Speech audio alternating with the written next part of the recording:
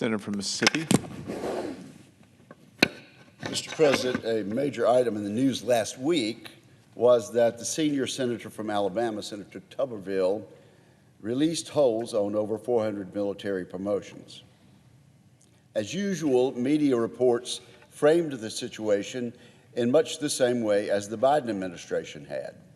Both the president and the press focused on the holds instead of the policy the holds protested. They claimed my Senate colleague manufactured a crisis. The truth is that it is the president's political appointees who have been manufacturing the crisis from the start. Let's go back. In the summer of 2022, the Supreme Court handed down its landmark Dobbs ruling. Almost immediately, the Undersecretary of Defense for Personnel claimed the decision would have, and I quote, significant implications for the readiness of the force. The abortion decision named Dobbs would have significant implications for the readiness of the force.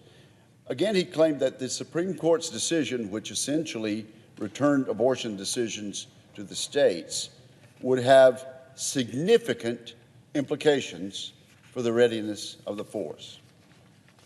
Let's all agree that readiness is vital to our success. Military readiness is our #1 job. The United States faces the most dangerous national security situation in decades. China's military strength is growing at an alarming rate. Russia has brought war to Europe. Iran is actively attacking our troops, and North Korea continues to develop dangerous weapons. In the face of such a complicated web of threats, we must take military preparation seriously. Our precarious situation makes it irresponsible for anyone to fearmonger about readiness in order to advance a political agenda.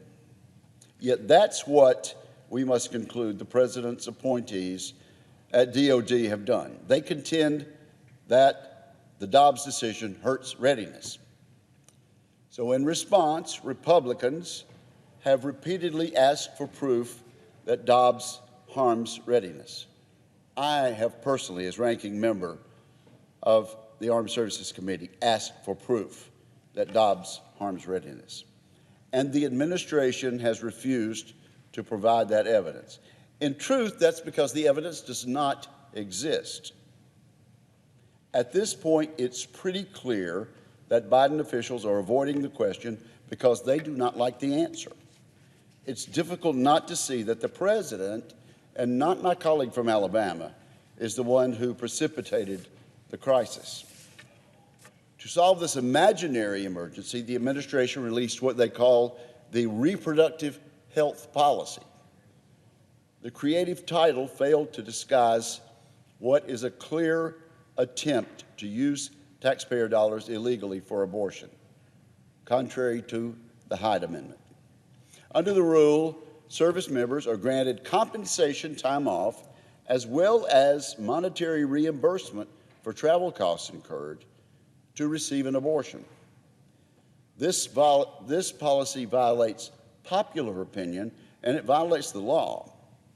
Most Americans oppose late-term abortions, but a DOD official begrudgingly admitted to me in testimony that the policy would facilitate abortion at the very latest stages of pregnancy, in the 8th or 9th month.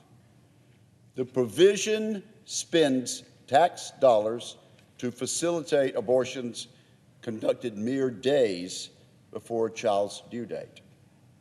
That's just a fact. Again, the administration claims this policy is necessary to solve a readiness problem created by Dobbs. But if Dobbs is such a threat, we could reasonably expected wide usage of the travel policy. Despite the administration's stonewalling, I have obtained information indicating that just 12 women during this entire time have taken advantage of the reimbursement. Just 12. Over 1 million Americans serve in our armed forces, but 12. Not 12,000, not 1,200, but 12, have so far used this abortion travel reimbursement program. So the Biden administration cannot provide proof that Dobbs created a crisis for national defense. We do, Mr. President, have evidence that other administration priorities are harming our armed forces. The United States military faces a recruiting challenge, but the Biden administration is making it worse. The President has instituted a woke diversity, equity, and inclusion bureaucracy at DOD, which is souring service members' views of the military. A survey of active duty troops found that 7 in 10 are concerned about the politicization of the military.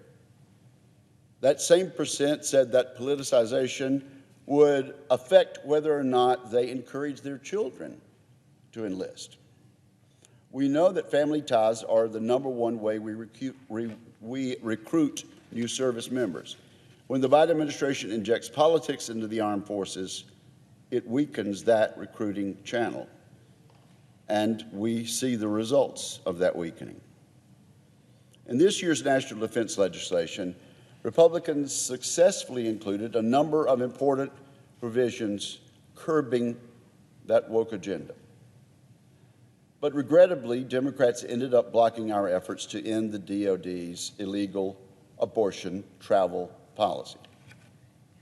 We will continue in future Congresses to resist that travel policy.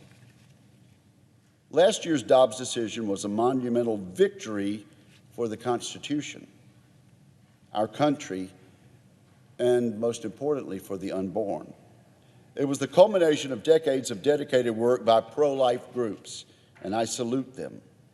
These groups understood how the framers built our political process, and they patiently used their voices to advocate for the unborn and our democratic system.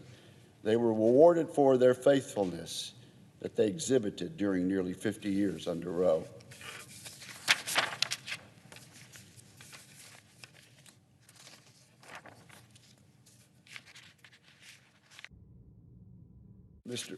Mr. President, I seem to have lost one page, and I think it's important enough for me to look for it, and so I apologize for the delay.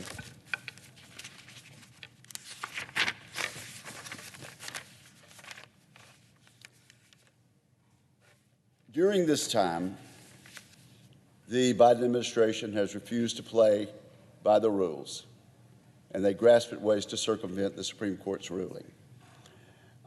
We intend to promote in the next phase of our effort a culture of life and to refocus the Pentagon on its national defense mission. The pro-life movement has always been a coalition of energetic volunteers, resilient advocates, and elected officials, and we will continue to work together to fight for the unborn. And one final bit of very good news, Mr. President. Since the Dobbs decision was announced in 2022, approximately 30,000 babies have been born that would otherwise not have had an opportunity to experience life. That, in essence, is what this fight has been about and what it will continue to be about. Thank you, Mr. President.